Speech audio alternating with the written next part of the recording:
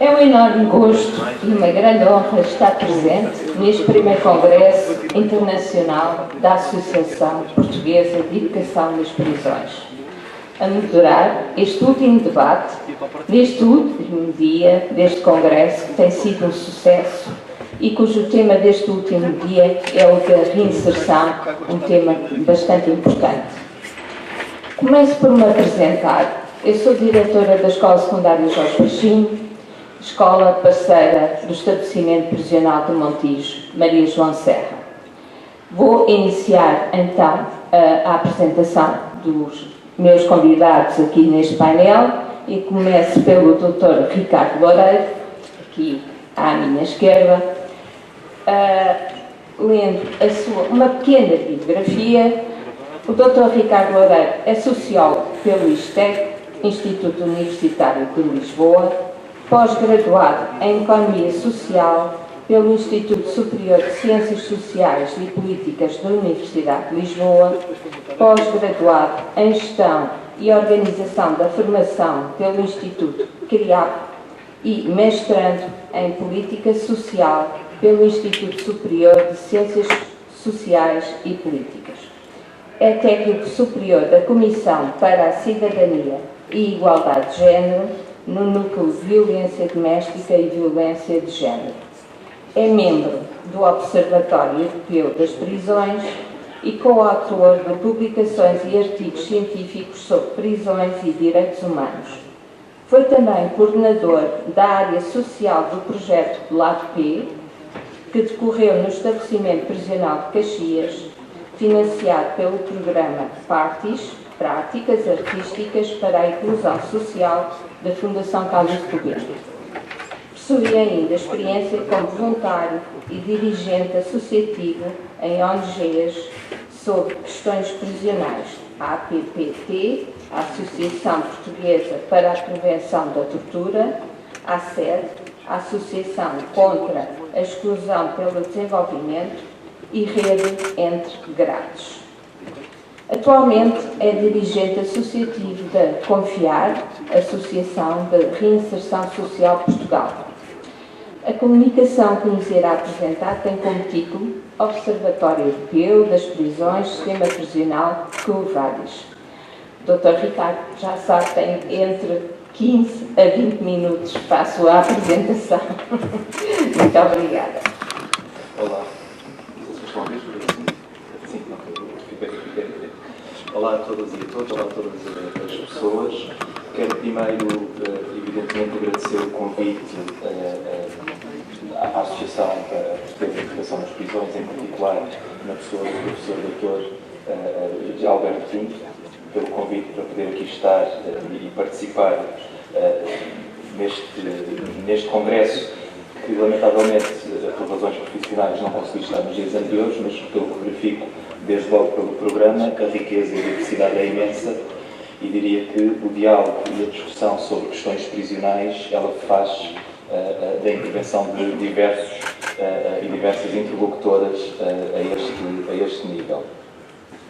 Eu, relativamente à minha apresentação, procurando cumprir também o tempo que me foi atribuído, vou, em alguns momentos, recorrer a pequenos vídeos que foram criados no âmbito do projeto Lado P, que é um projeto que decorreu no estabelecimento prisional de Caxias e, como também já foi referido, no fundo, visou a capacitação e a formação por via das práticas artísticas e deu origem a uma série documental que já passou na RTP2, de 12 episódios e que estará disponível na RTP Play, portanto, vão permitir que em alguns momentos apresente pequenas partes desse vídeo. No fundo, a minha preocupação foi, mais do que trazer uma dimensão teórica ou da minha prática associativa ou académica nestas questões, poder também dar voz, nomeadamente, a quem é particularmente afetado por via do sistema prisional. Estamos a falar das pessoas privadas de liberdade, das famílias, mas também dos e das profissionais. Dar-se desde logo uma breve nota de que, em termos da linguagem, e porque a linguagem reflete também um poder simbólico do exercício de poderes, e na verdade a linguagem ela serve também, ou poderá também servir da mesma forma para a reprodução da desigualdade e, portanto, criticá-la perspectivá-lo de uma outra forma, é desde logo uma forma de perspectivar uma abordagem inclusiva sobre as pessoas, pelo que optarei por utilizar o conceito sobre pessoas privadas da liberdade em prisão e não tanto de presos, reclusos, prisioneiros, sendo certo que essa, enfim, no discurso comum com facilidade sai, não, enfim, eu também em conversas, não estando numa apresentação nesse discurso, evidentemente também recorro a estas dimensões conceptuais, mas preferencialmente as pessoas privadas da liberdade em prisão, da minha perspectiva do poder simbólico da linguagem, desconstroem uma série de preconceitos e estereótipos associados às pessoas privadas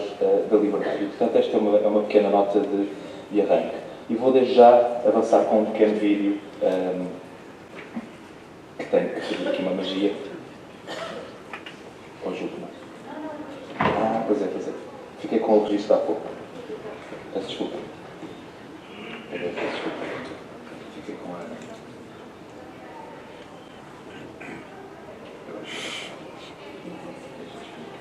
Só que agora se calhar temos que sair e voltar. Faz mal, vai lá.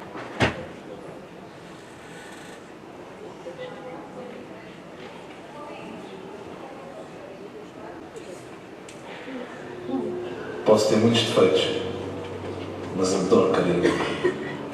Adoro o abraço, sentir ternura, sentir amor, o calor humano. Eu adoro, e aqui dentro não há isso. Eu sinto muita falta do abraço da minha mãe. Eu, num ponto de vista, uma pessoa como Pedro, sabe, tem que ter uma pessoa lá fora para fazer pelo menos 1 ano, 2 anos de ajuda. Que eu quis trabalhar, eu quis mudar de vida. Nós não queremos realmente lidar com o problema do crime, porque o problema do crime não existe. Não é um problema do criminoso, é um problema social, é um problema de nós.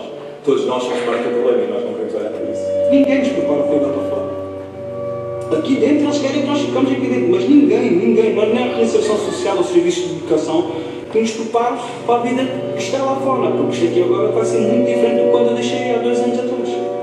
As pessoas que estão aqui não estão aqui por quererem. Há pessoas que gostam de estar aqui, há pessoas que se orgulham do facto de estarem aqui e se orgulham das coisas que fizeram lá fora. Mas existem outros, muitos outros, que devido ao contexto, devido à vida que tiveram, acabarem aqui dentro era a maior probabilidade. E continuarem aqui dentro vai ser a maior probabilidade, se não tiverem o apoio devido. Quem tem gente presa sabe. Essa carga aqui que a gente carrega aqui. Você deixar uma pessoa que se ama ali dentro é muito ruim. Você sabe para onde vai, né? Não há melhores nem piores histórias. Há histórias. Cada pessoa tem a sua.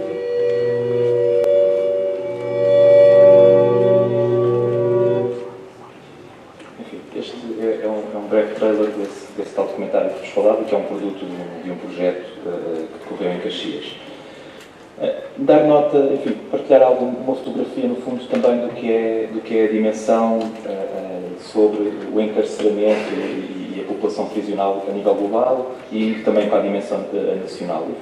Dados relativamente recentes apontam para que cerca de 11 milhões de pessoas estão privadas da sua liberdade em contexto prisional em todo o mundo. Portanto, estamos a falar de um Portugal inteiro encarcerado.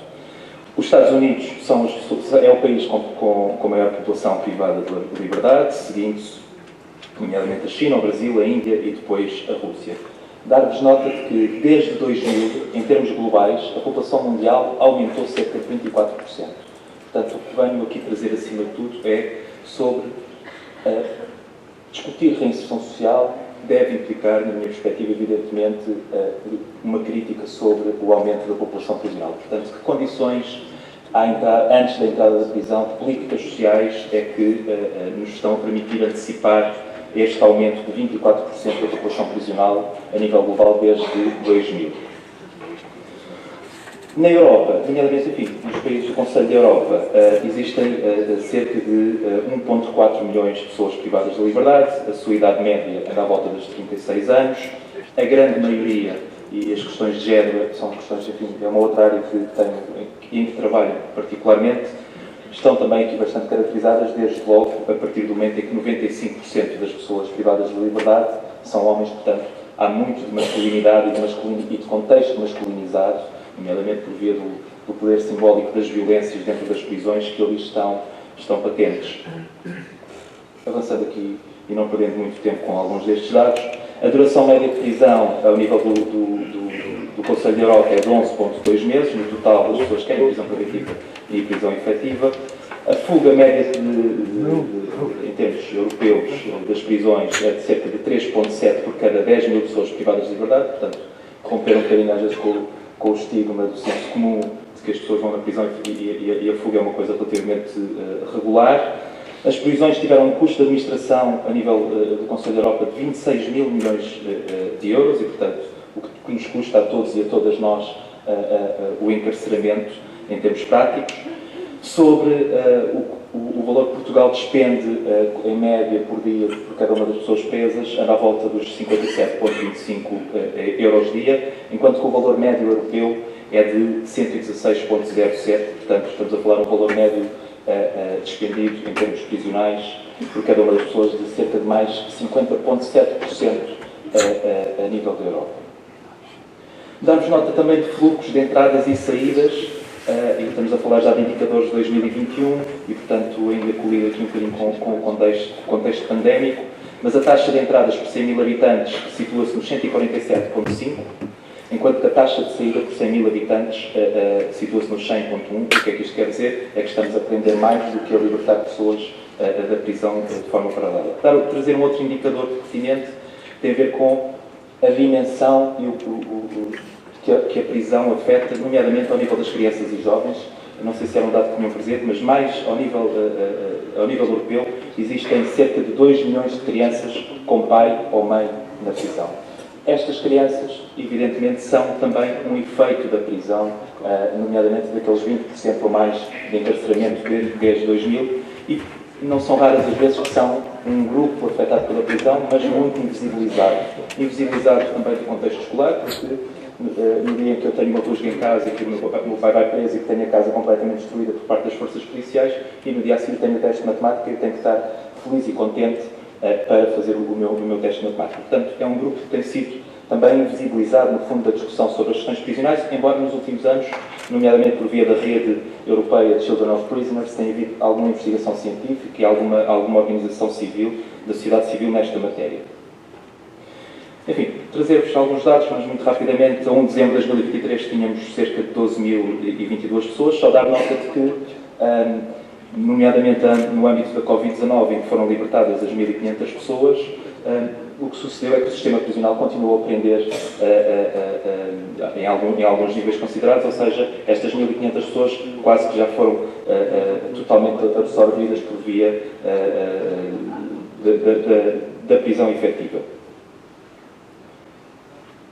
Dar uma pequena nota que tem a ver com as questões de género que me parece ainda importante. Em termos do aumento da população prisional em função do sexo, ou em função aqui da identidade de género, homens ou mulheres, desde 2010 a população prisional dos homens aumentou 2,6%, enquanto que a das mulheres, desde 2010, tem um indicador de encarceramento, uma taxa de encarceramento muito superior. Estamos a falar de um aumento de 30,8% de mulheres encarceradas em 2023, por comparação com 2010. Portanto, há aqui alguns fenómenos das questões de género que têm sido estudadas também, mas queria trazer-vos um bocadinho esta informação. Na verdade, em termos práticos, para além da população prisional que está sob o controle penal de uma forma enfim, se calhar mais evidente para as pessoas em geral, o número total de pessoas com controle penal em Portugal é superior, nomeadamente quando somamos a população das prisões, pessoas sob o controle de medidas alternativas à prisão, a vigilância eletrónica, jovens, nomeadamente em centros educativos, e ainda, eventualmente, os processos tutelares e penais. Portanto, estamos a falar de um número global à volta de cerca de 44 mil pessoas com alguma forma de controle penal em Portugal. Trago-vos alguns dados também do ponto de vista do que é o Space One e o Space Two. No fundo, são as estatísticas anuais penais que fazem uma abordagem comparativa ao nível do Conselho da Europa relativamente a alguns indicadores. Optei por trazer aqui, enfim, 7 deles. É sempre feita, no fundo, uma abordagem face, neste caso, a um valor, o que eu apresento aqui é um valor mediano europeu, portanto, nomeadamente quando é muito alto, implica que esse indicador apresenta uma taxa superior de 25% superior ao valor mediano europeu, o alto andará entre os 5% e os 25%, o aproximado entre os mais 5% e os mais 5%, e os menos 5%, peço desculpa.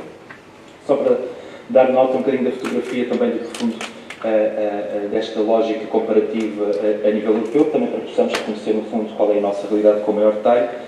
A taxa de população prisional é de 114 pessoas por cada 100 mil habitantes, sendo que Portugal, neste caso, em termos destes indicadores, está ao nível alto face ao valor mediano europeu, reforço entre 5% a 25% a mais que o valor mediano europeu. 7% das pessoas presas são mulheres e já, por comparação com o valor mediano europeu, aqui Portugal está num indicador muito alto, ou seja, temos pelo menos mais 25% de mulheres presas do que o valor mediano europeu. Ao nível da população envelhecida, que é um histórico também enfim, relativamente aos dados do Space One e do Space 2, os dados de Portugal apontam para que Portugal tem um valor muito alto face ao valor mediano europeu. Neste caso, Portugal é, aliás, o 6º país com pessoas mais velhas presas. Estamos a falar de pessoas, neste caso, um indicador de 50 ou mais anos. Ao nível das pessoas estrangeiras, 14% das pessoas privadas de liberdade são estrangeiras. Faz-se, por comparação, é um indicador baixo ao nível europeu. Ao nível da prisão preventiva, os 19% também, do ponto de vista comparativo, são muito baixas, portanto estamos a falar de uma pontuação inferior a 25% face ao valor mediano europeu, neste caso. Já a taxa de mortalidade, no fundo de Portugal, apresenta aqui indicadores de alto face a este valor mediano europeu. E, por último, e era um bocadinho à volta deste indicador que gostaria de centrar também o consequente da minha apresentação, a duração de média de prisões em Portugal é de 30,6 meses, ou seja, isto quer dizer que é um valor muito alto face ao valor mediano europeu. Neste indicador, Portugal é o país com a maior duração média de tempo de prisão dos países do Conselho da Europa. Em Portugal, as penas de prisão são cerca de 3 vezes mais longas do que na Europa. O que levanta muitas questões, evidentemente, desde logo quando Portugal é dos países mais seguros do mundo, sendo certo que tem descido na escala, neste momento, se não estou em erro, estará em 7º lugar como o país mais seguro do mundo, mas não há muito pouco tempo estaria à volta do 3º país como o país mais seguro do mundo. Portanto, as penas de prisão aplicadas em Portugal, em termos da sua duração média de tempo, tendem a ser muito longas, nomeadamente quando comparamos com os dados do Conselho da Europa, e neste caso, a mim inquieta-me bastante, a partir do momento em que Portugal é o país com a duração de pena efetiva de prisão mais longa do conjunto de países do Conselho da Europa. E, portanto, discutir reinserção parece-me inevitavelmente ter que discutir também qual é a política penitenciária, qual é a política jurídico-penal, o que é que se pretende das prisões, o que é que nós, sociedade, coletivo, pretendemos à volta das prisões, o que é que esperamos das pessoas que estão dentro das prisões. No fundo, é um bocadinho à volta disto que gostaria de partilhar convosco. Dar-vos rapidamente também nota de que quer relatórios do Comitê para a Prevenção da Tortura e Tratamentos Desumanos e Degradantes do Conselho da Europa, quer o Comitê da Tortura da ONU, têm relevado críticas nos seus relatórios relativamente regulares ao sistema prisional português. A Provedoria de Justiça também, enfim, já desde há muitos anos identifica aqui uma série de vulnerabilidades. Da mesma forma, o Mecanismo Nacional de Prevenção, no âmbito da ratificação do protocolo da Convenção contra a Tortura, dá conta também dos problemas das prisões no seu relatório.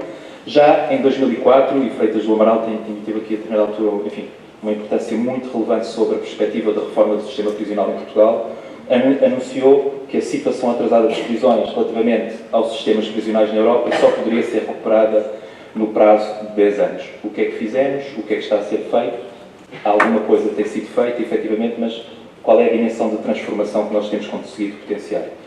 Dar nota também do relatório de 2017 do Ministério da Justiça, olhar para o futuro para guiar a ação presente e identificar diversos problemas, que no fundo também apresenta uma série de limitações sobre as questões prisionais, sobre lotação, falta de respostas específicas, degradação dos espaços, enfim, dos recursos materiais obsoletos, nomeadamente as viaturas, algumas viaturas do sistema prisional, escassez de recursos humanos, enfim, aponta uma série de vulnerabilidades. O que é que, no fundo, perspectivo também dentro, quer do ponto de vista do trabalho como investigador, mas também do ponto de vista associativo e de envolvimento de há pelo menos 18 anos sobre questões prisionais, que podem, no fundo, estar aqui identificadas como problemas estruturais para potenciar uma reinserção mais plena em última análise. Por um lado, as questões prisionais têm tido objeto de pouca atenção de consecutivos governos, é uma ação sempre adiada. São um parente pobre da justiça ao longo de vários anos, enfim, não por raras as vezes o discurso sobre as questões prisionais não é objeto de discurso público, a não ser, nomeadamente, por via da criação de votos expiatórios e de procurar fomentar ainda um desejo punitivo sobre as pessoas que estão nas prisões e as suas famílias cada vez maior, e isso é relativamente evidente, nomeadamente, em determinada ordem política do nosso diário e da nossa vida atual. Há uma inércia da atuação das políticas públicas devidamente dirigidas, estratégicas, nesta matéria, ou seja, não são raros a ausência de outros instrumentos de política pública que não tenham diretamente a ver com questões prisionais, que procurem cruzar uma visão de política pública estratégica com as pessoas privadas da sua liberdade e das suas famílias e ainda, diria, das pessoas que ali trabalham. Os processos de reinserção são pouco adequados e, enfim, decorre de alguma investigação, algum consenso nesta matéria. Há necessidade de optimizar a sua intervenção, os diagnósticos que têm sido feitos evidenciam fragilidades ao nível dos recursos humanos, condições materiais e infraestruturas. E, evidentemente, isto coloca em causa a execução eficaz, nomeadamente da preparação para a liberdade. Uma outra nota, no fundo, as equipas técnicas têm pouco tempo, pouca capacidade para dedicar tempo de acompanhamento, quer em contexto prisional, quer em meio, nomeadamente de acompanhamento da liberdade condicional, despendem muito tempo a elaborar relatórios para tribunais sobre os processos e, portanto, há pouca capacidade de recursos humanos para acompanhar as pessoas, para construir um plano individual de reinserção com o devido detalhe. Os estabelecimentos prisionais não são promotores das relações familiares, nomeadamente, por exemplo, com os filhos, contrariando toda a orientação, no fundo, quer em termos de investigação científica, mesmo em termos das regras penitenciárias europeias, que esse é uma dimensão absolutamente central de procurar criar contextos e espaços cada vez mais abertos à relação de proximidade com filhos e filhas, sendo certo que noutros países há exemplos e práticas particularmente interessantes, portanto, enfim, não há aqui que inventar a roda. Passo também, desde já, para a ausência de respostas específicas para pessoas saídas da prisão. Portanto, enfim, poderiam ser aqui respostas atípicas, contar-se-ão pelo dedo das mãos algumas respostas nesse sentido. Estou-me a lembrar rapidamente da Associação Companheiro ali na zona de Benfica, que é uma resposta atípica, financiada pela Segurança Social, mas não há aqui particular dedicação. Fracas relações com as comunidades externas e, por exemplo, as casas de saída previstas de lei também são praticamente inexistentes. Eu, como acho que estou a exceder um bocadinho de tempo, estou bem. Ok. Só dar-vos nota um bocadinho, enfim, do que é que a prisão gera, nomeadamente sobre vulnerabilidades. Gera, para além das pessoas que ali estão dentro da prisão, e que, enfim, sendo certo que eu diria até que nos últimos anos a aproximação às comunidades externas, aos serviços, às instituições, por comparação com alguns anos no passado, tem tido uma evolução significativamente positiva. Dar nota um bocadinho que estivemos aqui a discutir a questão do trabalho e, para mim, do ponto de vista dos direitos laborais, é absolutamente central e crítica. Os dados que temos sobre os rendimentos pagos às pessoas em contexto prisional que exercem um trabalho e que podem exercer um trabalho quer para o estabelecimento prisional ou quer para uma empresa privada com fins lucrativos, andam à volta dos 60, 70 euros mensais. Isto dará à volta de cerca de 3 euros por dia, mais ou menos, para, muitas das vezes, entre 6 a 8 horas de trabalho diários. O que é crítico deste ponto de vista? É evidente que a inserção no mercado de trabalho e o desempenho e o desenvolvimento de competências profissionais para o mercado de trabalho é absolutamente central, estamos totalmente de acordo com isso. Não podemos, não parece, e isso é uma crítica, não parece que podemos ignorar o que são direitos do trabalho conquistados historicamente por movimentos sociais e que todos e todas nós provavelmente reivindicamos também nas nossas vidas. Portanto, há aqui um caminho de perceber, nomeadamente se há uma empresa com fins lucrativos que tem capacidade para contratar trabalhadores, por que razão está a deslocar a sua mão de obra para dentro da prisão, ao invés de criar postos de trabalho dignamente pagos às pessoas que ali possam vir a trabalhar. Portanto, ela é importante, mas precisamos ir um bocadinho mais ao detalhe para perceber o que é que nos deve aqui trazer. A questão da reinserção, uma outra dimensão, enfim, muito evidente, tem a ver com o tratamento pelo número. O tratamento pelo número é um indicador imediato da desumanização da identidade individual de cada uma das pessoas. Dificilmente alguma de nós estaria disponível para, em qualquer um dos nossos contextos da vida profissional, pessoal ou familiar, ser identificado pelo 347. E, portanto, esta dimensão simbólica, mas prática, que tem uma visão da gestão das pessoas, mas não tem uma visão da humanização das pessoas, ela é absolutamente central quando vamos discutir a reinserção. Portanto, discutir a reinserção implica ir a uma perspectiva holística e transversal destas questões.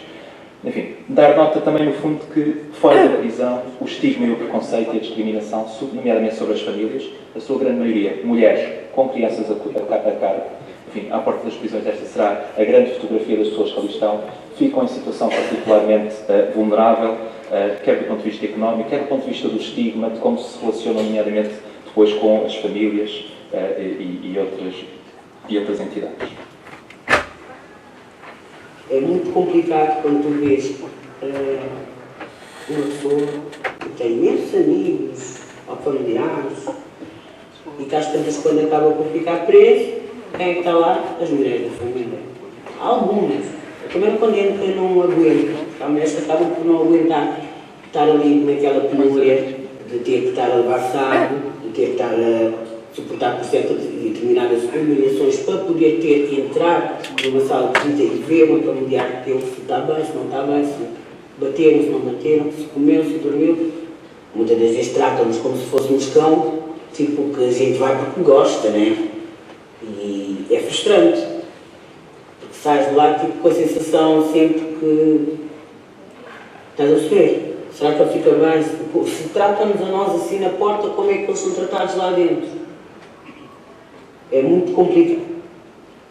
Enfim, eu vou encerrar porque já percebi que estou mesmo acima do tempo e estendi-me, manifestamente, peço imensa desculpa por isso. Vou só procurar fechar aqui um bocadinho algumas das ideias sobre um conceito que tem a ver com a questão do desejo punitivo, sendo certo que, enfim, isso faz parte muito da dimensão histórica e cultural das prisões, mas ainda assim ele continua a estar presente nos discursos cotidianos, quando do ponto de vista de algumas linhas procuram criar à volta das pessoas privadas da liberdade o problema, enfim, como a responsabilização sobre os problemas sociais, da análise que tenho feito, de algum trabalho e de estudo que tenho feito, é que este conceito, que é o do desejo punitivo, que nos está ainda muito presente, no fundo pode ser uma moral social ética por reação aos outros, e enfim, isso vê-se também na relação do empregado-desempregado, na relação de quem trabalha e de quem não trabalha, na relação em função da origem étnica e ou racial, portanto, por via desta oposição, e esta oposição é muitas vezes construída sobre as pessoas privadas da liberdade que estão, desde logo, numa situação muito vulnerável. Isto, na minha perspectiva, condiciona também a forma de pensar e repensar o que é a justiça penal e as prisões, e é nesse ponto que vos queria também dar nota aqui. Desde logo que, enfim, vou citar aqui uma frase da professora Maria Lúcia Carão, rapidamente e termino. Movidos pelo desejo de punir o criminoso e os inimigos, temos contribuído para um maior rigor penal que se faz acompanhar pela crescente supressão dos direitos humanos, opressões e pela identificação da violência, dos danos e das dores inerentes ao exercício do poder punitivo. Trago-vos essa citação para precisamente possamos, acima de tudo, menos respostas, mais inquietações, possamos pensar conjuntamente também o que é que nós pretendemos das prisões, o que é que nós pretendemos do que é a justiça penal e qual é a dimensão jurídica ou penal sobre as pessoas que são levadas à prisão. E obrigado.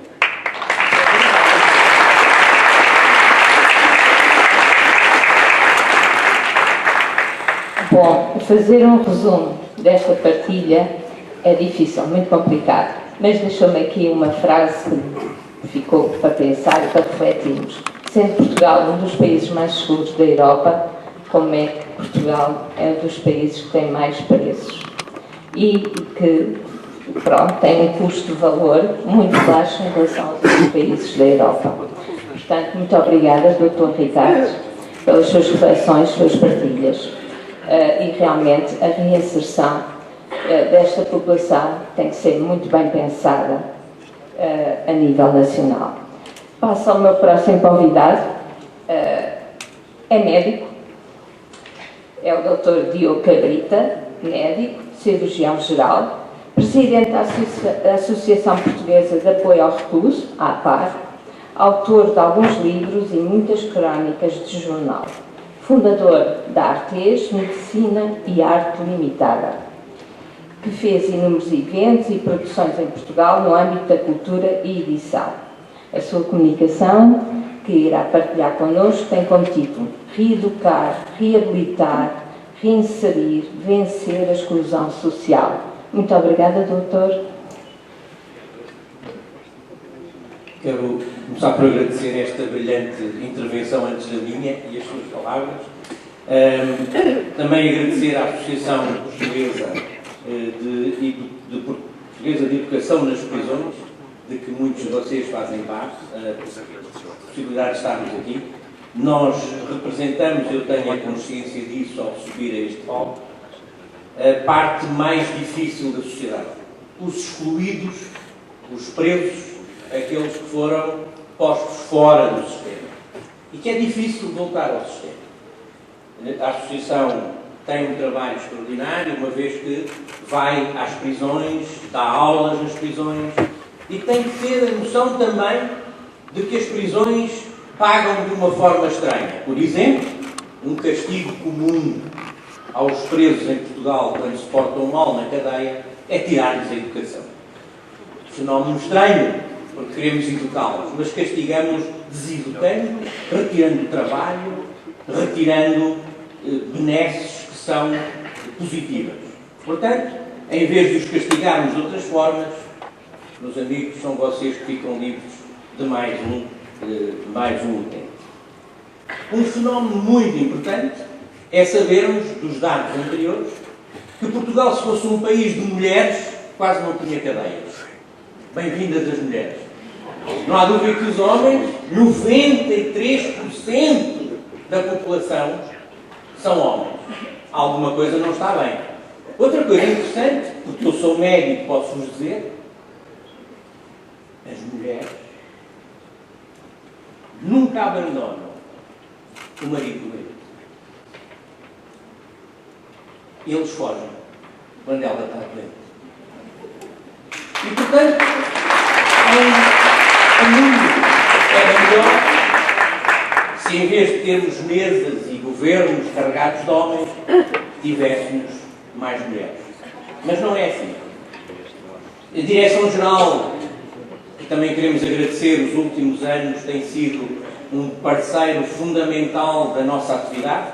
A Direção-Geral de Reinserção e Serviços Prisionais, desde o professor Rómulo, desde o Dr. Rómulo de Carvalho até agora, Rómulo Mateus, peço desculpa, e com o professor Abrunhosa, temos tido uma relação ótima que permitiu que à parte tivesse um telefone.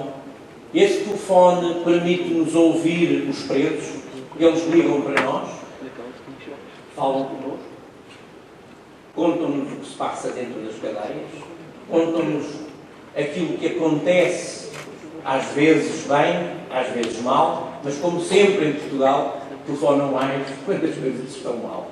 E, portanto, a nossa visão é sempre relativa, mas a visão relativa é de uma dureza brutal. O nosso sistema prisional é realmente medíocre, é realmente muito mau e deve-se, por exemplo, à assumição, que é interessante, que é um fenómeno subjetivo. A esquerda governou 8 anos em Portugal e à esquerda devemos a redução de um orçamento exíguo em 30 milhões de euros. A esquerda foi para o governo e retirou dinheiro ao sistema prisional. Não pôs, retirou. A esquerda que trouxe para muitos sítios da governação gente, espantem-se, que tinha estado presa. Gente que tinha passado, antes do abril, pelas cadeias. Pois esses também excluem uma realidade com a qual já não querem ter nada a ver. E, portanto, reduziram o valor que, por exemplo, o professor Abrunhosa hoje tem para gerir o sistema prisional. Outra questão importante, e isto mais filosófico, a verdade e a realidade. A realidade é uma coisa complexa que nenhum de nós é dono, nem nenhum de nós é capaz de atingir na sua perspectiva. Nós sempre vemos o mundo pela face do cubo que nos é permitida. E quando somos muito bons, o cubo mostra-nos 3 faces. Mas há 3 que não vemos. E nesta subjetividade, porque a realidade é sempre subjetiva, também a paz acaba por ser, muitas vezes, dura, muito crítica e às vezes mal interpretada. Houve quem nos chamasse o sindicato do crime. Não somos. Nós a única coisa que queremos é que as pessoas cumpram com dignidade o seu tempo de reclusão. Que cumpram com dignidade, e a dignidade implica educar, implica dar saúde, implica ter capacidades físicas, implica ter algum tempo de exposição ao sol. O sol é importantíssimo. Implica ter comida decente, comida que seja claramente educacional ela própria. Hoje, muitos de vós, se tiverem essa curiosidade, sabem que o segundo mecanismo da inteligência do ser humano está aqui, está na barriga, é o intestino. E o intestino precisa de comida. E sabem quanto custa à Direção-Geral hoje a comida de um preso em Portugal? 4,2 euros por dia para todas as refeições. Não é para uma, é para todas as refeições. E isto vai a concurso público, e a empresa que ganha este concurso, há uns anos atrás, gabava-se de ter tido centenas de milhares de euros de lucro no fim do ano.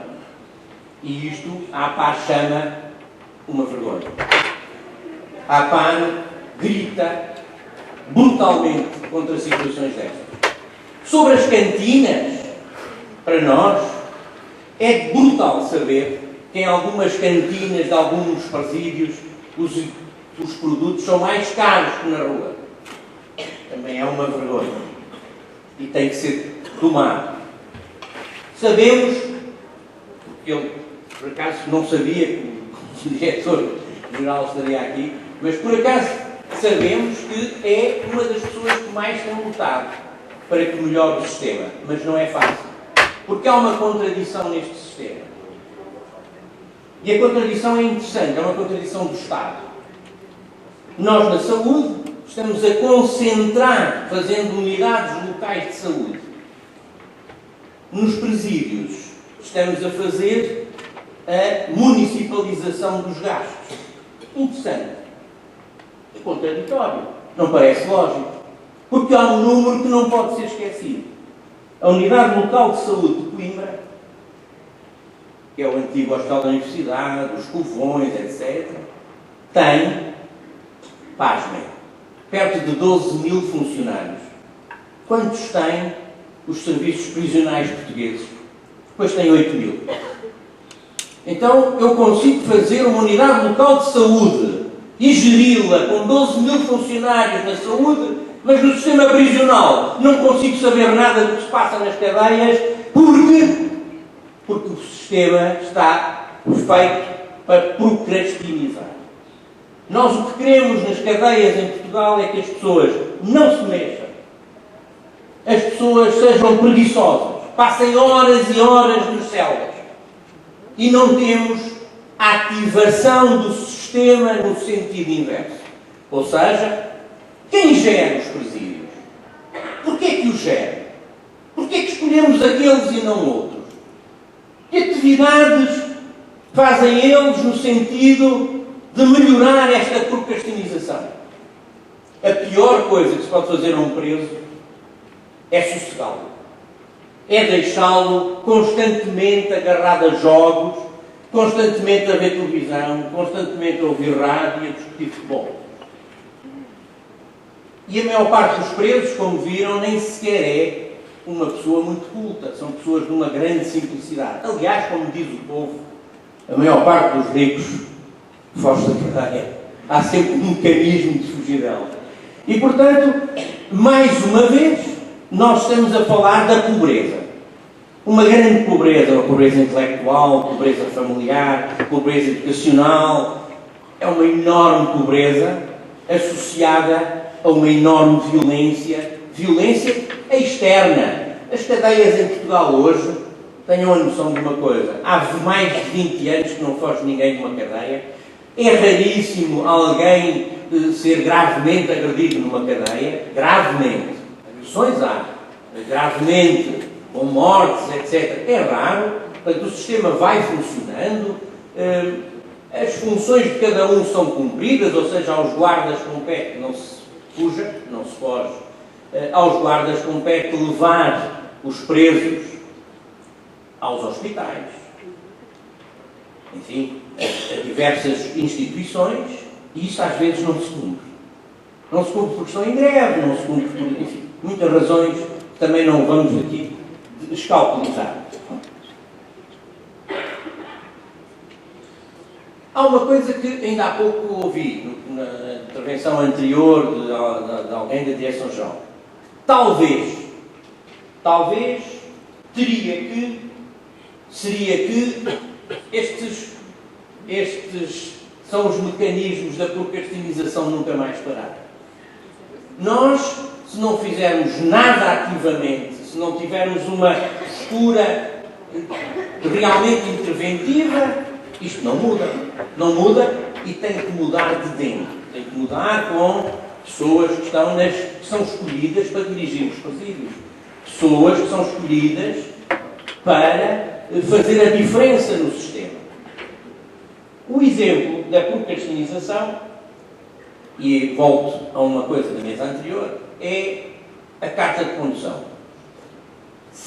8% das pessoas, os números não são precisos, mas são mais ou menos estes, 8% das pessoas presas em Portugal são por problemas com carta de condução. Sabem quantas são por crimes violentos que implicaram sangue? 7%. Ou seja, nós só temos 7% de graves criminosos nas cadeias, porque os outros são ideologia. Não sei se vocês sabem, mas, por exemplo, o grande número de presos em Portugal tem a ver com droga. Ou porque roubam porque querem droga, lutam por droga. Então, talvez pudéssemos mudar a lei da droga. Mas ninguém faz isso. Aquilo que se disse há pouco sobre dar a carta de condução de outra forma, podia-se fazer. Não implicava grande confusão. Não implicava mudar o mundo. Pois se um analfabeto conduz bem e eu posso levá-lo a fazer um exame e percebo que ele sabe conduzir, qual é o problema? É que ainda por cima é ver os bonecos. Que eu me lembre, os sinais não são escritos. São bonecos. Porque é que ele não há de ter a carta de condução? Não tem. Na minha perspectiva, que sou dramaticamente mau a avaliar o sistema, porque isto é um negócio. E vocês desculpem dizer isto. Há 41 presídios. Já há 500 professores a dar aulas nos presídios. Mas vocês estão fora do sistema. Mas já há 8.000 pessoas que vivem diretamente dos presídios. E, portanto, o negócio existe.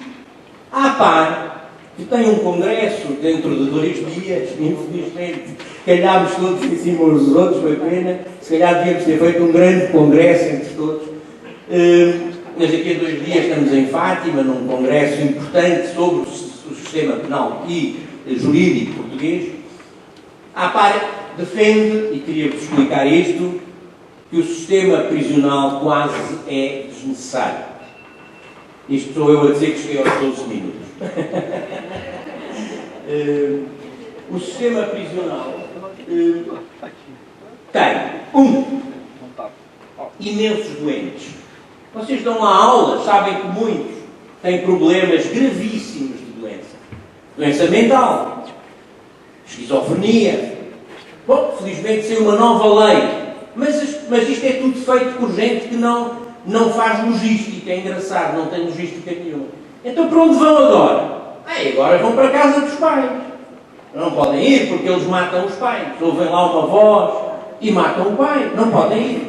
Têm que ir para instituições. Não pode, porque a psiquiatria acha que não podem estar. Não se pode pôr compulsivamente num hospital um doente, mas pode-se metê-lo na cadeia a levar a pancada dos outros todos.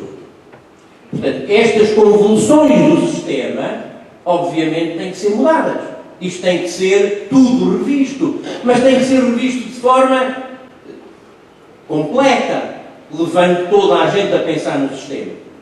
Portanto, em relação a estas questões, nós, à parte, entendemos que, tirando os doentes, se tirarmos a droga, podemos legislar de outro modo em relação à droga.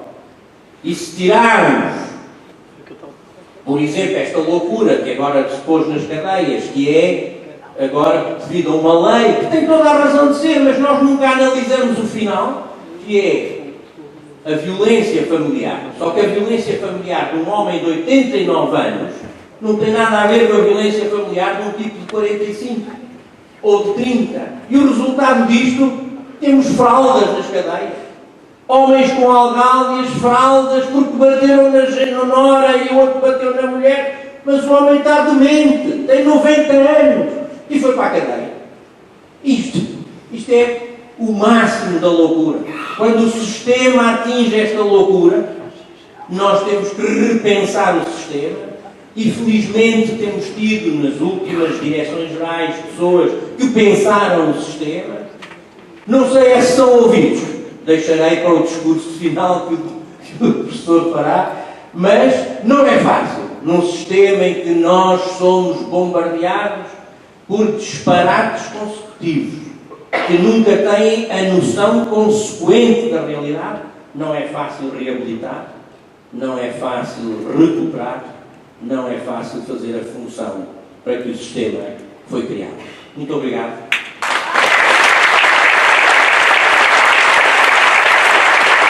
Muito obrigada, doutor.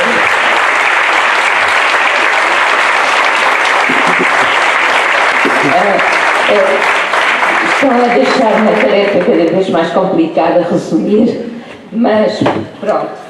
O doutor relatou algumas inquietações como presidente da APAR, mas também apontou algumas soluções. Deixo aqui uma frase que vai marcar o seu discurso.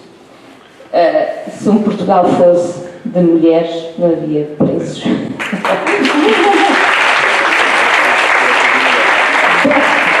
Segue-se o próximo convidado, o Sr. Padre José Luís Costa, coordenador nacional da Pastoral da Penitenciária, estudou Teologia na Faculdade de Teologia da Universidade Católica Portuguesa em Lisboa, coordenador do setor diocesano das capelanias prisionais desde 2021, coordenador nacional da Pastoral Penitenciária desde 2021, capelão do estabelecimento prisional de Caxias desde 2012, capelão do Hospital Prisional desde 2006, pároco de Laveiras, Caxias desde 2021, vigário de Oeiras desde 2018, pároco da Paroquia de Passo de Arcos desde 2014, trabalhou como presidente da direção do Centro Comunitário Paroquial da Nossa Senhora das Dores entre 1997 e 2009 e, novamente, a partir de 2021 à atualidade.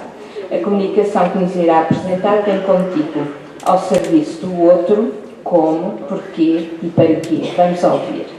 Obrigado. Em primeiro lugar, agradecer o convite feito pela Associação, na pessoa do Dr. Alberto, e esta possibilidade de falar também um bocadinho convosco sobre algo que nos junta a todos, particularmente este gesto simples de várias vezes por semana irmos aos estabelecimentos prisionais, que são assim umas coisas que estão mais ou menos meio camufladas nas nossas comunidades, e ousarmos entrar e transportar connosco nós próprios, as nossas emoções, as nossas expectativas, mas também as nossas alegrias. Eu sei que o gradão, quando bate por trás, faz alguma impressão, mas é muito importante que as várias centenas de professores que, ao longo de todos os anos, vão passando por estes passos, não o deixem de fazer, independentemente de, por vezes, nem sempre nos sentirmos ou considerados, ou valorizados, ou muitas vezes justamente remunerados. Há aqui uma realidade que é importante e que vai, obviamente, para além das nossas pretensões mais imediatas. E por isso, muito obrigado. É sempre, eu sou receptário do bem que vocês fazem. Apesar de, em algumas circunstâncias, sermos concorrentes na ocupação de espaços, não é? Volta e meia também tenho que ouvir dos meus esta disputa das horas possíveis em se fazer, seja a intervenção religiosa, seja a lecionação, e ainda sei que às vezes alguns fogem de um lado para o outro, ou outros nem vão de um lado nem vão ao outro, dizendo cada um dos lados que foram ao outro, como bons adolescentes que por vezes ainda continuam a ser, não deixa de ser importante a vossa presença, porque é uma presença da sociedade no seu todo, que pode entrar dentro e sair para fora, sem levar nada para dentro, nem trazer de dentro para fora, como mandam as regras, mas trazem aquilo que é intangível. E isso é de uma importância absolutamente fabulosa. Ia-vos convidar a fazer esta viagem de uma forma muito simples, ao encontro deste tema, que é a presença religiosa da comunidade cristã nos estabelecimentos prisioneiros.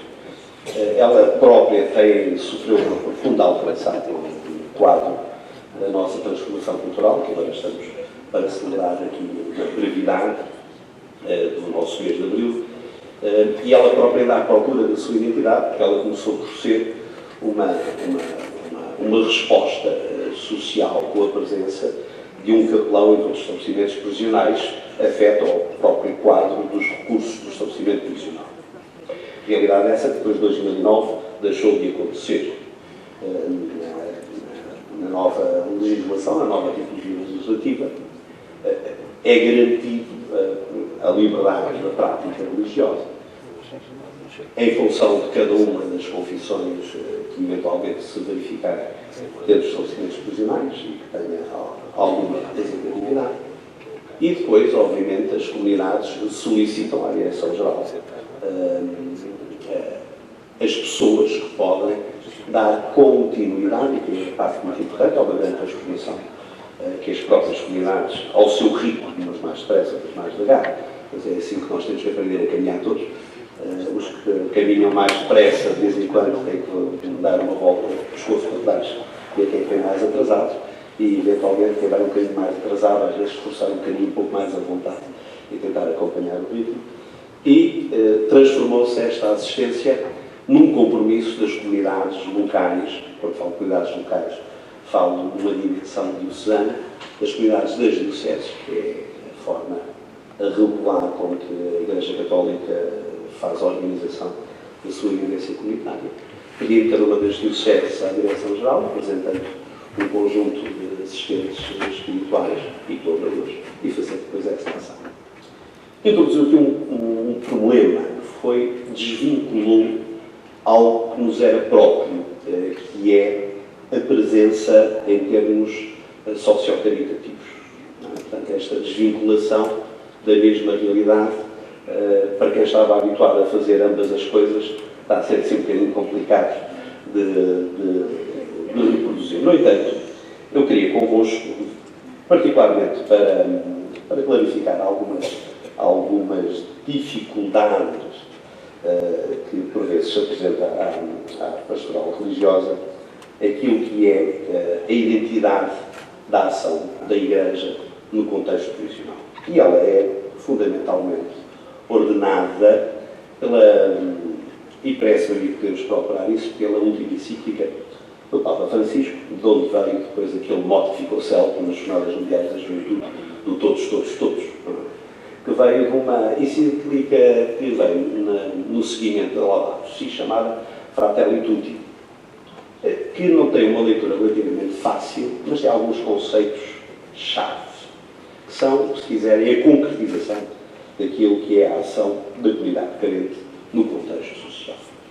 Que eu iria convosco tentar aqui apresentar para perceber qual é então e as formas que nós temos de ir ao encontro do mesmo sujeito da nossa ação, que é não só o recluso, como a família do recluso e como até a própria missão, tarefa que este recluso possa ter, encontrar e desempenhar na sociedade para o bem de todos. E penso que é assim que nós temos que pensar nesta realidade, porque não nos podemos dar ao luxo de deixar ninguém para trás. Há um conceito chamado amizade social. Não é nada de novo. Na prática é algo que todos nós, em contextos talvez mais benignos, conseguimos reinterpretar. É mais do que simpatia ou cordialidade. É um compromisso ativo com a justiça, e aqui recordo o conceito de justiça, aliás, como foi recordado na mesa anterior, como um conceito mais genérico que apenas o exercício do Código Penal. Ele é bem mais longo. É um conceito, é um valor socialmente primeiro. É impossível a sociedade sem justiça. Implica uma solidariedade e uma presença, uma proximidade, um ministério que nós chamamos de Ministério de Presença. Não é de sumenos importância, por exemplo, da nossa parte, eu sinto isso muitas vezes, com as multifunções, e infelizmente tenho que estar várias vezes sem dizer não a umas para estar noutras, e onde as ausências, particularmente em contexto prisional, são muito sentidas. Este Ministério da Presença de alguém que se faz presente porque sim. Não sei se está a querer entender esta ideia. A gratuidade como fator. Estou presente porque sim. Mas o padre não veio da última vez.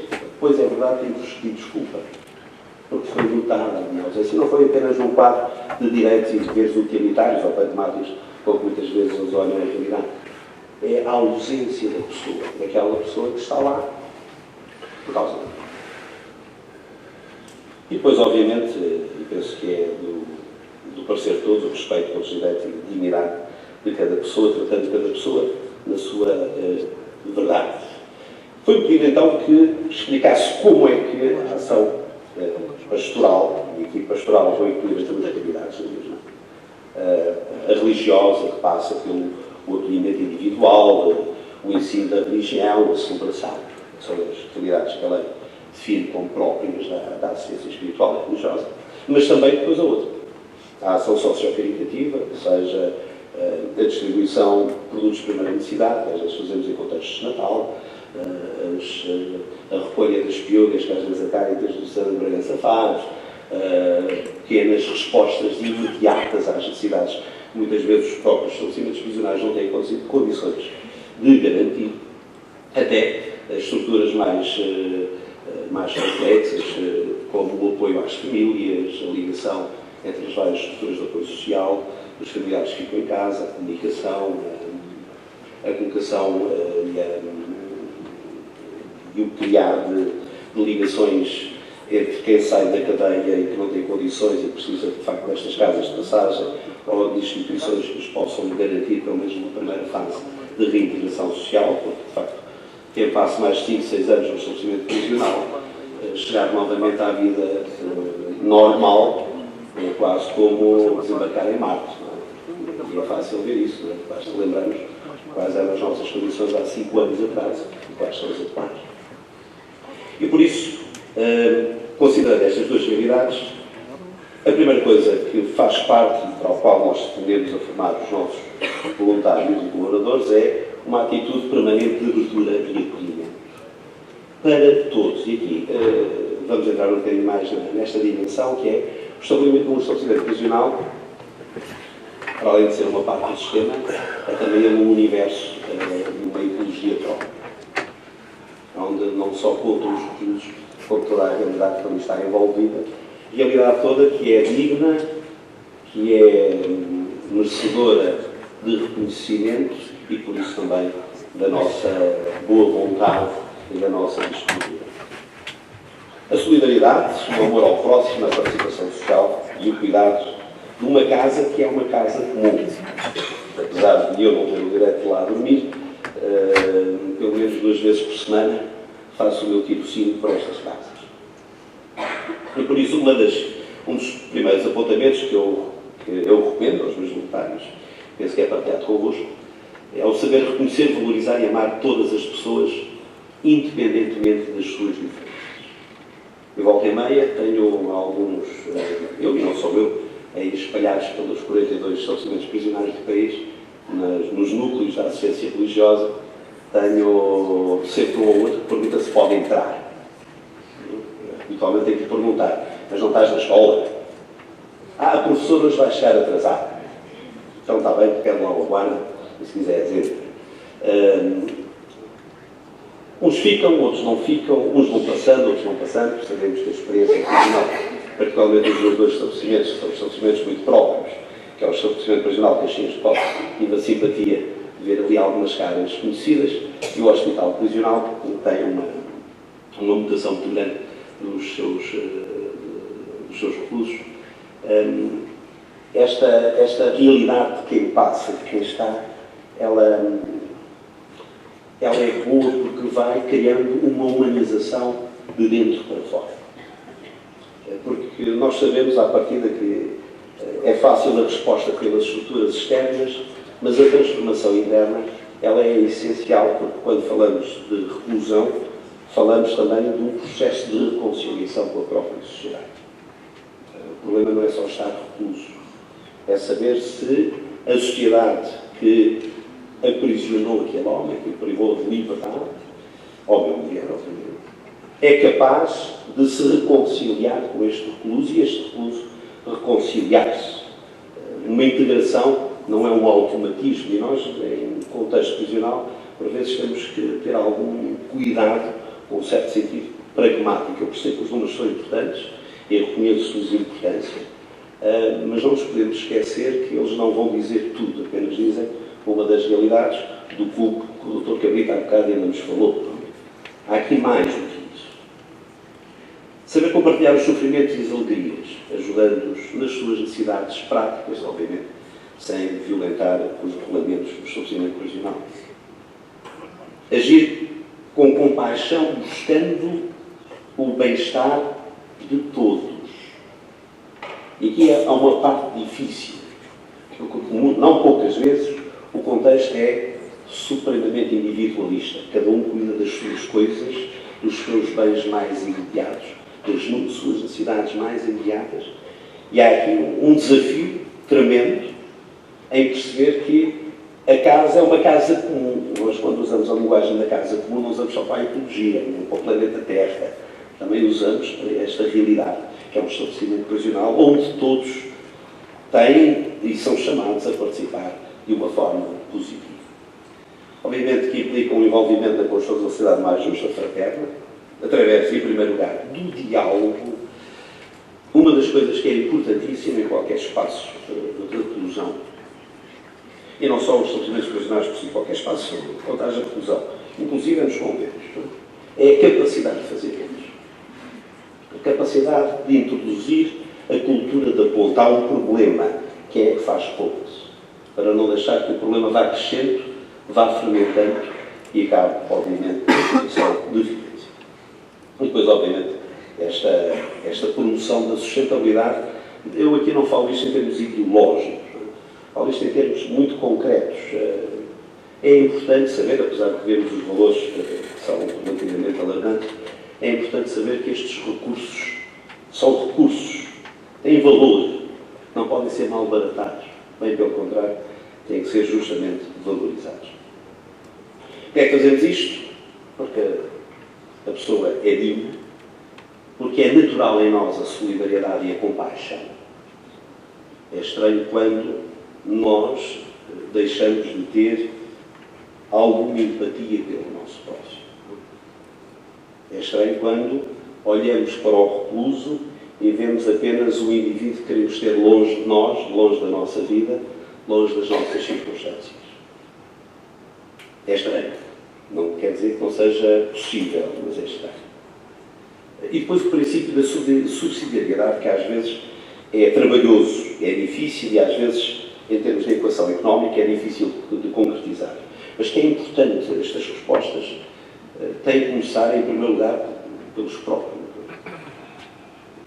Não vale a pena nós fazermos se o próprio não tem disponibilidade, não está para isso. Então, se calhar a resposta terá que ser outra. E se calhar teremos que ir ao encontro desta mesma realidade. Por último, o destino universal dos bens, mesmo dentro do contexto prisional.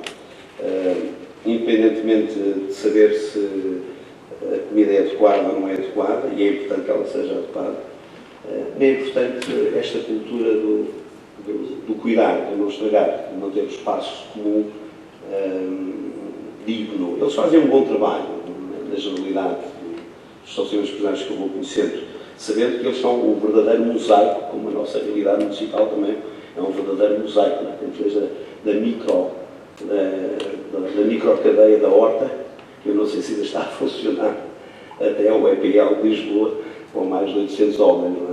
Um micro tem à volta de 7, 8 reclusos, é necessário depois transitar e baixar. E, de facto, nós olhamos para os estabelecimentos prisionais e cada um deles funciona segundo a sua geografia, segundo a sua história, segundo as suas tradições. E às vezes é difícil como é que nós implementamos numa realidade aquilo que é impossível noutra realidade. Lembro que agora nestas jornadas mundiais da juventude tivemos os símbolos a andar a transitar pelo país fora. O difícil que foi, por exemplo, introduzir a cruz, que era uma coisa que tinha para aí quase uns 4 metros e meio, 5 metros a cruz da missão. Por exemplo, na porta do estabelecimento prisional das Caldas não passava. Um bocadinho para entenderem esta diversidade, que é ao mesmo tempo desafiante, obviamente é um problema, vejo mais como um extraordinário desafio que nos obriga, de facto, a estar nesta disponibilidade de construir, de dar respostas, de criar estas condições de diálogo. E, portanto, e aqui o princípio da subsidiariedade como algo que é desejado. Os cuidados dos indivíduos devem ser capazes de resolver os seus próprios problemas com o apoio depois da sociedade como um todo. Da terra já falamos. Vamos então ao para quê? Qual é a nossa finalidade? Estou no tempo, não estou? Para quê? Isto penso que é o objetivo, não só da pastoral penitenciária, mas penso que são objetivos que nós podemos partilhar com todos. Superar divisões. E se há espaço que é supremamente dividido, é o espaço dentro do estabelecimento prisional. São as aulas, são as idas ao pátio, são as idas à escola, são as idas às visitas. Tudo é tremendamente dividido. Obviamente que não vai funcionar uma lógica, todos juntos venceremos, mas onde, de facto, há aqui um espaço de um tremendo diálogo e de ensaio de respostas para, de facto, irmos superando esta situação de divisão que gera, muitas vezes, percepções de injustiça grave. De facto, construir um mundo mais justo. E é um cuidado da nossa parte, saber que esta justiça costuma sempre por começar por pedir ao outro que possa olhar o problema não só com os seus olhos, mas com os olhos daquele que está envolvido nesse mesmo problema. E é difícil muitas vezes, mas tem-se bons resultados. Porque às vezes nunca tal foi pedido, nem nunca tal foi desafiado. É obviamente promover o bem comum. Na prática, este conceito de amizade social, que é, enfim, a linguagem que nós queremos usar, ele deve promover esta conexão entre pessoas das diferentes origens. E os nossos estabelecimentos prisionais começam, pelo menos na zona da Grande Lisboa e do Porto, são já estabelecimentos multiculturais. Ou seja, onde temos já várias etnias, várias nacionalidades. E, portanto, várias tradições, várias linguagens, vários ritos também. Ela é necessária para, de facto, reduzirmos estas barreiras de divisão e de preconceito. Não é só o preconceito que a sociedade tem com o recluso, é também, muitas vezes, o preconceito que o recluso tem com o outro recluso. E, às vezes, o pior adversário do recluso, nem sequer é o guarda prisional, é o outro recluso que partilha o mesmo espaço. Essa conexão deve ser trabalhada por esta empatia e por esta solidariedade, ou seja, esta capacidade de nos fazermos próximos nos momentos da necessidade real.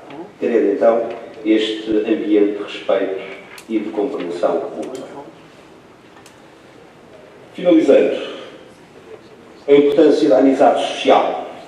Ela é essencial para a construção de uma sociedade mais justa, mais solidária, mais fraterna, e que nós acreditamos que o espaço prisional é um bom espaço para fazer este exercício.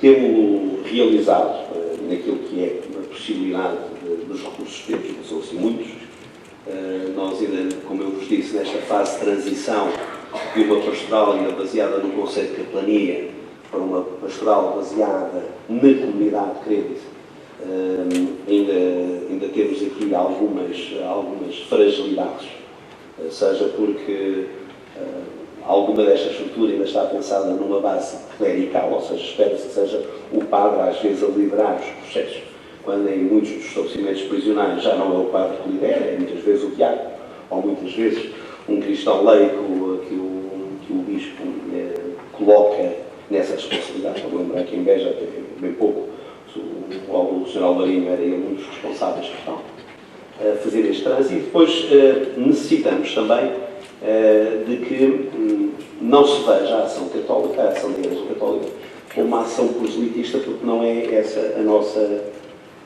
o nosso enfoque quando vamos ao estabelecimento prisional. Obviamente que é dar resposta aos católicos que lá estão, mas não é uma pretensão de converter quem está dentro da cadeia, porque quem converte é o Espírito Santo. Não é muito mal quando somos nós próprios a converter as pessoas. Quem converte é o Espírito Santo, é a ação misteriosa do Espírito Santo das pessoas. Agora, há este espaço que é importante e no qual nós necessitamos também de nos olharmos integrados neste processo de realização desta atmosfera, deste enquadramento de amizade social, que deve crescer na consciência que não há uma resposta única para o problema. O problema que temos nos estabelecimientos prisionais, em todo o processo, enfim, e que remonta mesmo até ao próprio Código de Direito Penal, perceber se a justiça tem de ser apenas punitiva ou se ela pode ousar pensar outras lógicas e outras realidades. Já está? Muito bem. Acabando então por fazermos absolutamente pensarmos nesta nossa realidade como uma realidade restauradora. Obrigado a todos. Continuação de bom trabalho.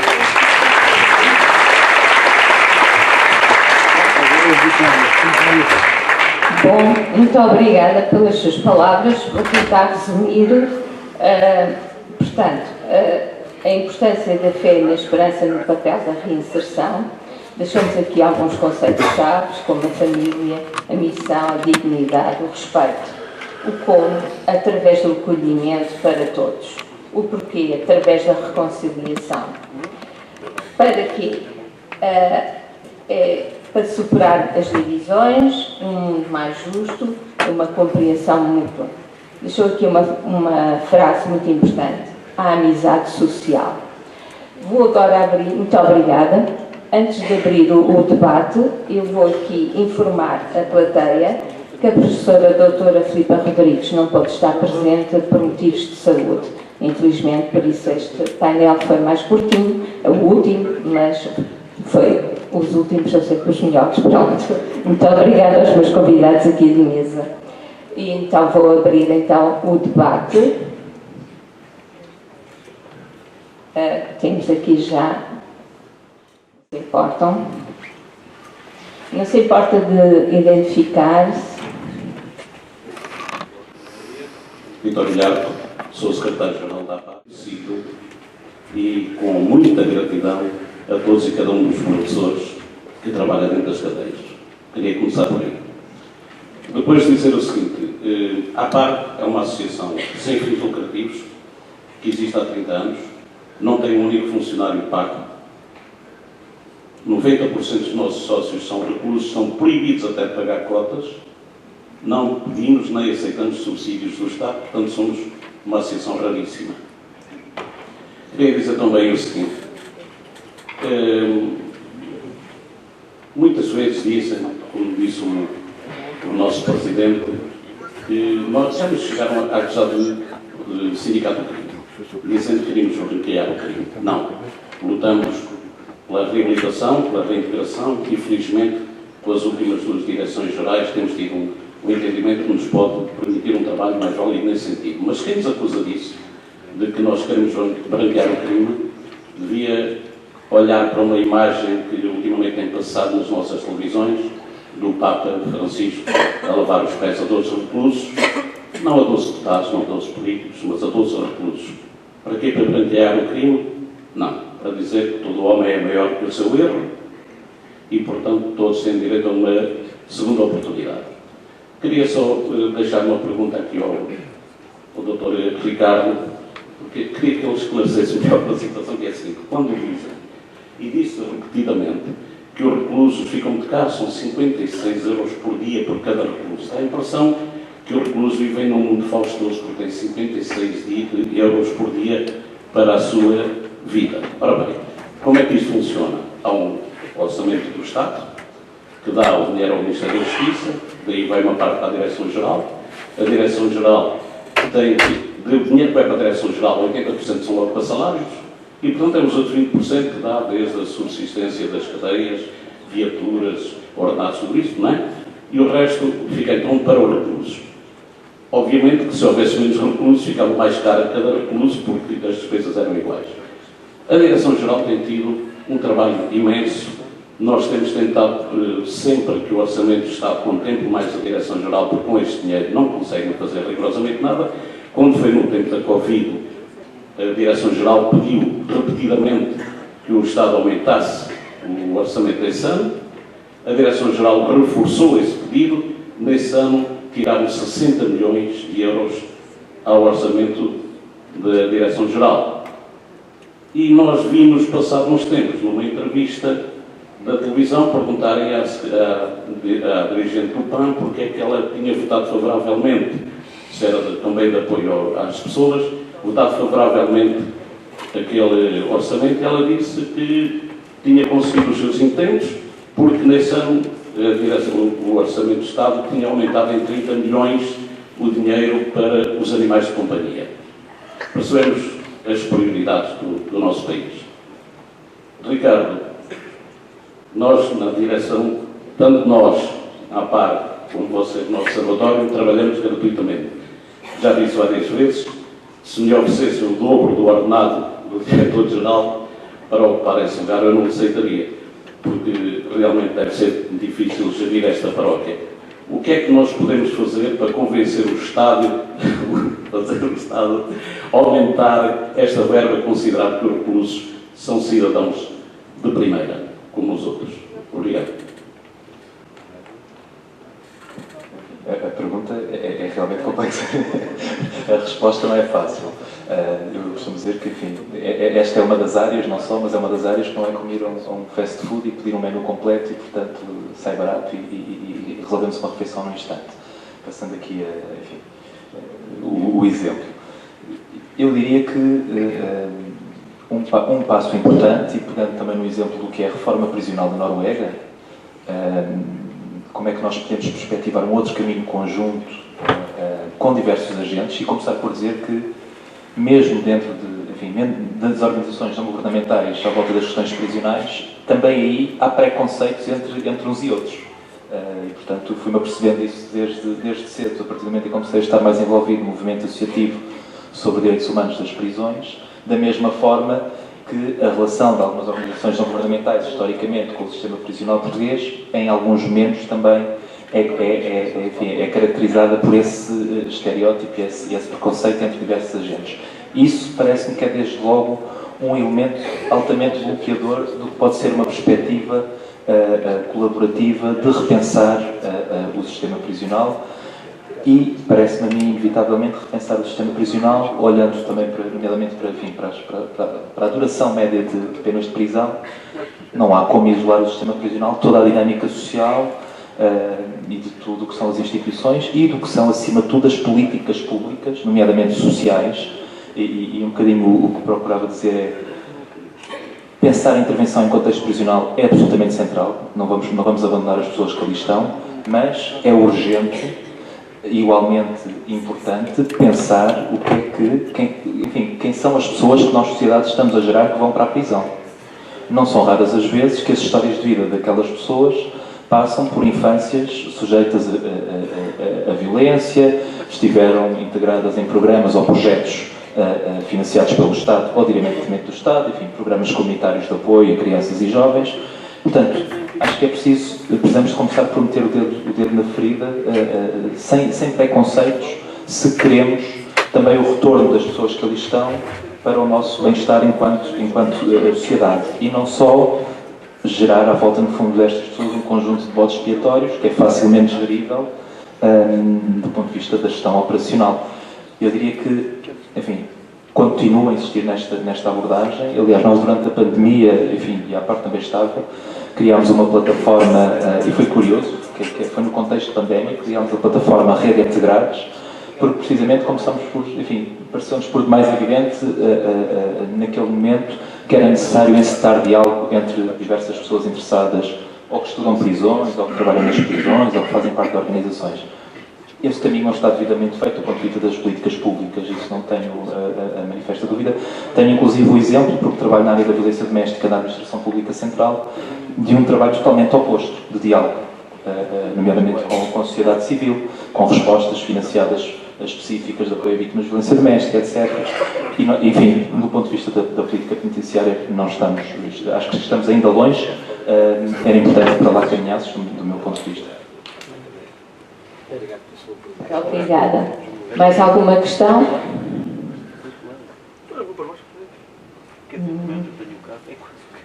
Parece que não. Parece que não.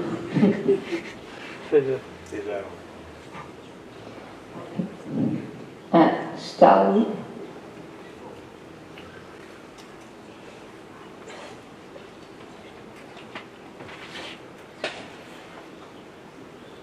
Não se importa de identificar-se. Muito obrigada. Sou Filipe Neves, sou professor no estabelecimento prisional do Linhó já há alguns anos.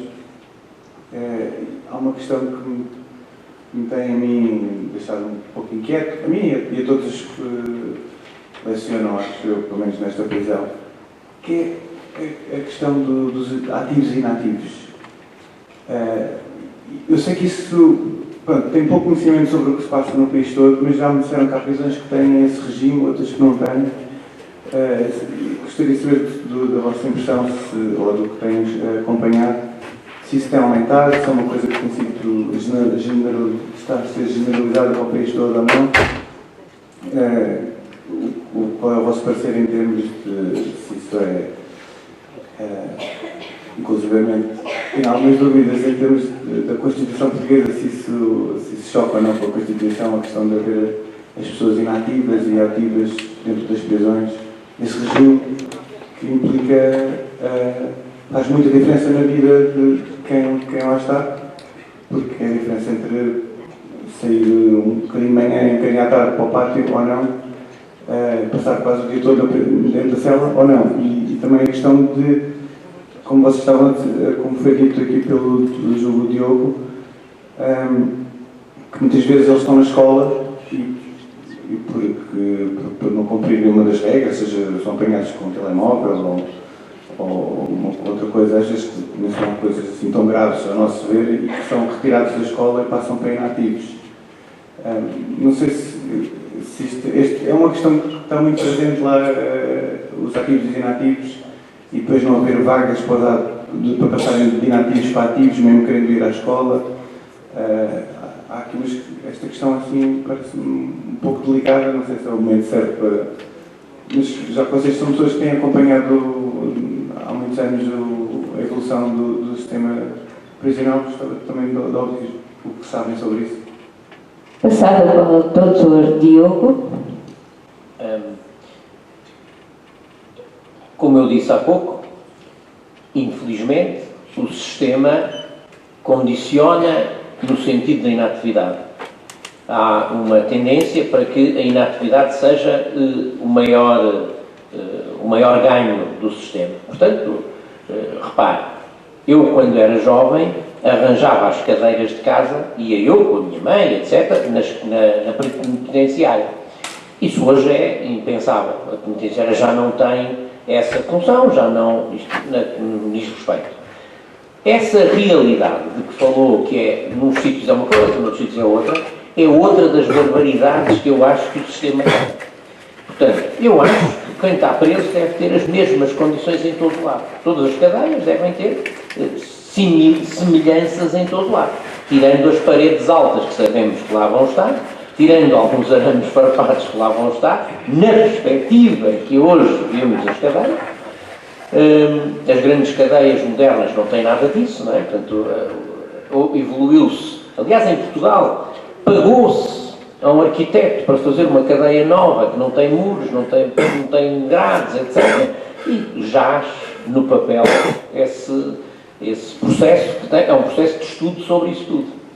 Pronto, isto para lhe dizer que, sim, o sistema é pela inatividade, pela procrastinização. Nós não favorecemos até pelo pagamento. Por exemplo, se o preso quiser trabalhar, recebe 2 euros, se não estou em erro, por hora. 2 euros por hora. 2 horas por hora não, 2 euros por dia, o que é inaceitável. Do ponto de vista do trabalho, chamar trabalho a 2 euros por dia é escravatura. E, portanto, não tem que existir. Isto tudo não tem que existir à guarda do Estado. O Estado não se pode permitir ter com os presos um comportamento ilegal, um comportamento inaceitável. Ora, o Estado, e aqui é mesmo uma estrutura que nos é superior, é um estado de inatividade e de resposta àquilo que está... Repare, isto está tudo dito. O que é chocante, o Dr. Ricardo com certeza conhece melhor do que eu, o Padre José Luís também, quer dizer, nós temos um mundo, ouça, em que Mandela, são as normas de Mandela, Bangkok, as normas de Bangkok, Tóquio, normas de Tóquio, está tudo escrito, está tudo posto em papel, há trabalhos científicos, há imensas coisas escritas. Porque é que está tudo no papel e não se faz nada, nem se cria uma alteração? Há quantos anos não se faz uma cadeia em Portugal que tenha uma qualidade invulgar? Fez-se uma que tinha células individuais e onde cabem lá 4. Portanto, o que é que fizemos? Mudámos o padrão. Dizemos assim, não, esta célula é para 4. Não, mas ela foi construída para 1. E então aí, por exemplo, internacionalmente, e o doutor não me deixará mentir, li um relatório internacional feito por Portugal dizendo que Portugal não tem excedente de presos para a sua capacidade instalada. Uma das maiores mentiras. Foi escrita até hoje, e Portugal publicou, e Portugal levou ministros a assistir àquilo. E os ministros disseram, louvado seja Portugal. Isto foi há menos de um ano. Uma vergonha que não tem paralelo. Mentir, inclusivamente nas instâncias internacionais. Portanto, a seguir, num debate desse género, levanta-se o diretor da cadeia do Porto e diz, eu tenho sobrelotação há 10 anos. Esta é uma realidade impensável, não é? Quer dizer, eu percebo que quem está dentro, a quem é dada esta incumbência, não tem uma vida fácil, porque realmente isto de mexer com as cadeias é muito difícil. Mas tem toda a razão. O sistema é em favor da preguiça. É uma pena. Não, mas é. Eu não disse que o sistema é em favor da preguiça. A minha questão era mais de tentar, se vocês têm dado ou se têm acompanhado esta evolução, se tem aumentado ou não este regime de inativos e ativos. Cada vez há mais inativos. Tem alastrado para outras cadeias, porque já ouvi dizer que há cadeias que não têm isso, são todos no mesmo regime.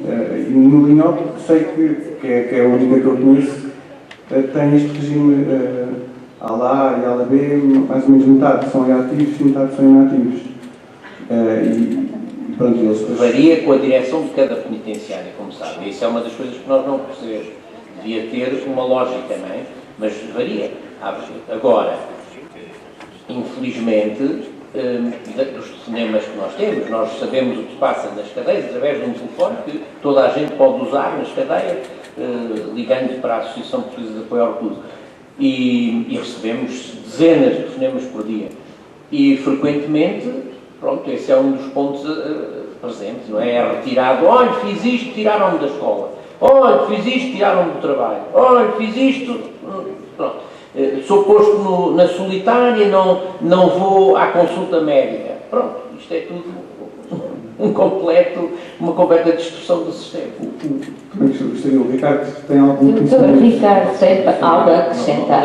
Não sei os dados, ou seja, eu diria que a melhor resposta seria por via da Direção-Geral, que teria os dados, eventualmente, por cada uma das cadeias. Honestamente, não sei dizer.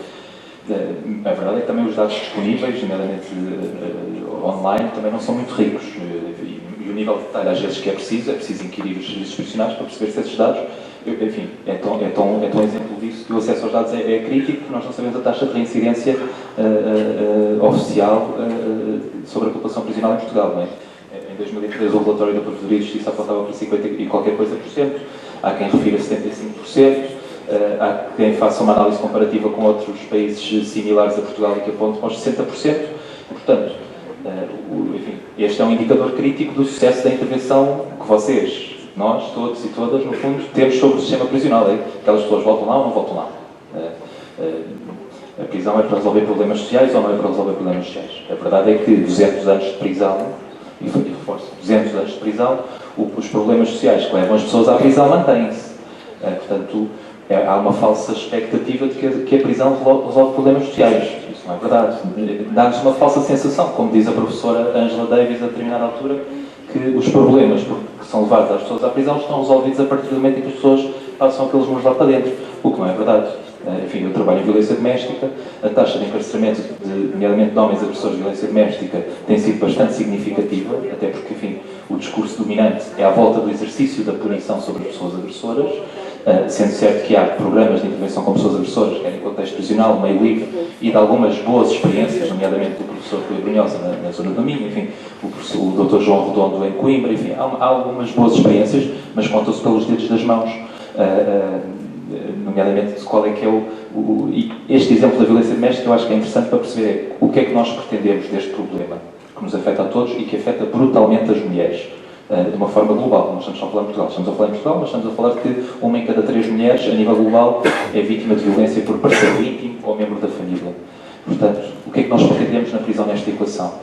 É a reprodução de outras formas de violência ou precisamos de intervenção com pessoas agressoras, com detalhe, com método, com conhecimento científico? Eu, do ponto de vista do retorno, e como homem, e do retorno para a sociedade, gostaria de programas terapêuticos de intervenção e efetivos. A prisão não tem revelado nenhuma transformação social sobre os problemas sociais.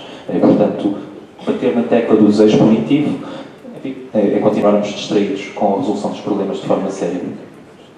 Portanto, eu queria só esta questão dos inativos, porque interfere muito com o meu trabalho como professor.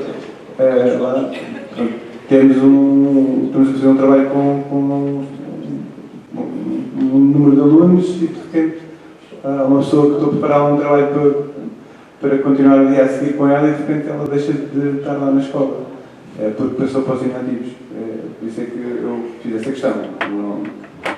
Deixa-me só partilhar, eu não tenho dados, porque não tenho, nem tenho que os ter, pelo menos para a minha ação mais direta, mas posso dar um bocadinho a minha experiência. Eu, sempre que vou à cadeia, não tenho uma lista dos reclusos que querem participar. E a minha constatação sempre é que a bota nunca bate com a perdigota.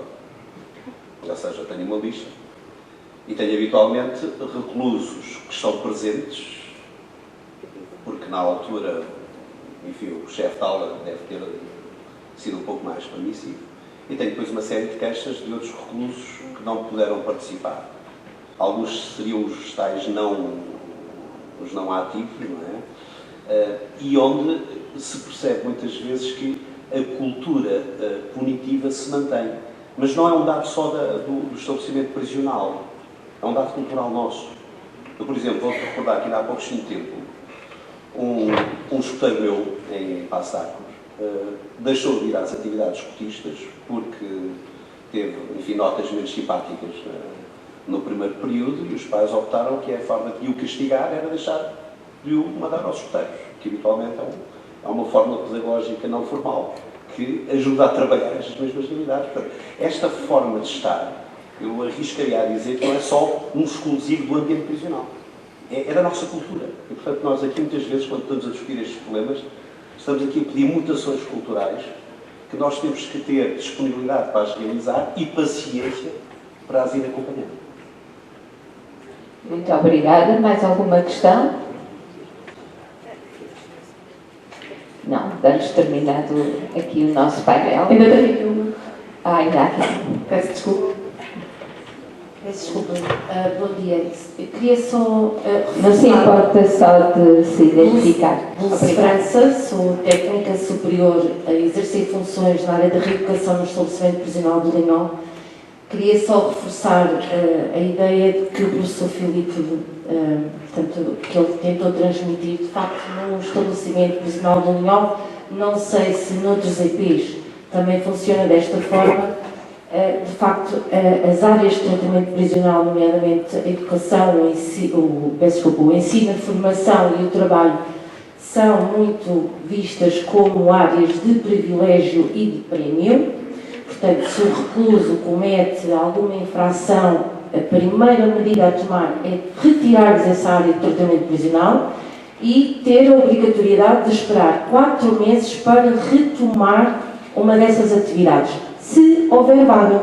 Se não houver vaga, terá que esperar até a vaga surgir. E, portanto, eu acho que isto servia um bocadinho como sugestão de se pensar neste tipo de medidas, neste tipo de castigo, entre aspas, que é levado a cabo em alguns estabelecimentos prisionais. Pensar-se, de facto, que nos serviços centrais seria importante haver uma equipa que pensasse não só em receber os números e as estatísticas dos entrados e saídos nas escolas, no trabalho, mas pensar em soluções, mas acima de tudo também concretizar essas mesmas soluções. Obrigada. Não sei, doutor Ricardo, doutor Diogo. Não. Pronto, isso vem de encontro ao que dizíamos há pouco, mas eu acho que o erro é pensar mais. Está tudo pensado. O problema é que os factos a mim deixam. E pronto, aqui vocês têm que perceber que o meu modo de pensar é um bocadinho pré-construído. Eu, como cirurgião, se vir um tumor dentro de uma barriga, só fico zangado se o tumor não quiser sair. Mas eu corto tudo à volta e tiro o tumor, certo? E se vir uma hérnia, meto-a para dentro, dou uns pontos e fecho. Pronto. Já não posso conceber uma coisa em que toda a gente pensou, escreveu declarações, fez... Olha, aqui o Dr. Ricardo tem imenso trabalho escrito sobre o assunto. E as coisas estão todas na mesma no dia seguinte. Portanto, é um bocado difícil para mim, por exemplo, perceber isso. Lá está, a visão é sempre parcial. Eu olho para isso e digo assim, estes eu não os quero como meus colaboradores, estes não tiram nada, não resolvem nada. Pronto. E este problema é um problema que se repete no sistema prisional. Ou seja, não é preciso pensar muito mais, está tudo escrito. É preciso fazer, é preciso concretizar, é preciso, provavelmente, olha, e vou-lhe dizer uma coisa aqui um bocadinho menos bonita, se calhar é preciso mudar alguns dos protagonistas, não é? Ter um diretor-geral que tem, por exemplo, mais poderes sobre aquilo que pode fazer no sistema. Nós tivermos, vamos supor o seguinte, o meu diretor de serviço não pode pôr na rua ninguém, tem que viver constantemente com um tipo que não presta. Então, na direção-geral de um serviço que tem deficiências, se não puder pôr na rua um guarda que agride os presos, um diretor-geral que acha que não tem necessidade nenhuma de ajudar à saída de um preso da cadeia, imensos protagonistas dentro da procrastinização e da maldade. Se o diretor-geral tivesse o poder de mandar um para a rua, era uma mensagem brutal para o sistema. Brutal. Só que não tem. Como não tem o diretor de serviço, como não tem o presidente. Porquê? Porque vivemos num sistema também em que as corporações têm um poder extraordinário. As corporações acham que têm que lutar sobretudo pelos seus direitos corporativos. Portanto, os sistemas pagam esse preço. E isto é transversal, não é para as cadeias, é para os comboios, é para tudo, não é? Isso, só para terminar por uma graça, eu vou-lhe dar um exemplo. Em Inglaterra, há mais ou menos 20 anos, houve uma grande discussão. Os corporativistas do sistema de comboios exigiam a prevalência de todos os direitos que lhes eram dados até ali na naquilo que eram os condutores de comboios. A diferença é que há 40 anos ele ia de camisa de tronco nu, com uma pá e atirava carvão para dentro do comboio. Hoje vai numa mega poltrona, cabine pressurizada, e cria o mesmo direito de sair aos 50 anos para a reforma porque tinha uma profissão de risco. Não é fácil. Não é fácil. Quer dizer, e quando é assim, eu percebo que seja muito difícil mudar o sistema, porque tem que haver legislação, percebe? E nós estamos a vender constantemente um processo que é entre partidos que deitam fora 1.200.000 votos, portanto vivem deste compadrio entre eles, não é? Portanto, tudo isto tem que ser repensado e mudado. Muito obrigada. Vou dar por encerrado então este painel e parece que vamos então encerrar os trabalhos, não é? Eu quero agradecer mais uma vez aos organizadores deste congresso pela sua excelente iniciativa. Foram 3 dias de grande debate e de grande riqueza. Bom, vou deixar-vos. Muito obrigada. Muito obrigada.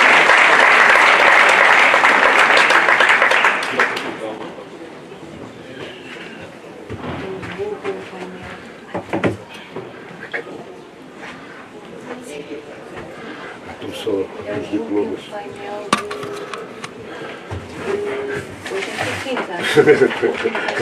Tudo junto.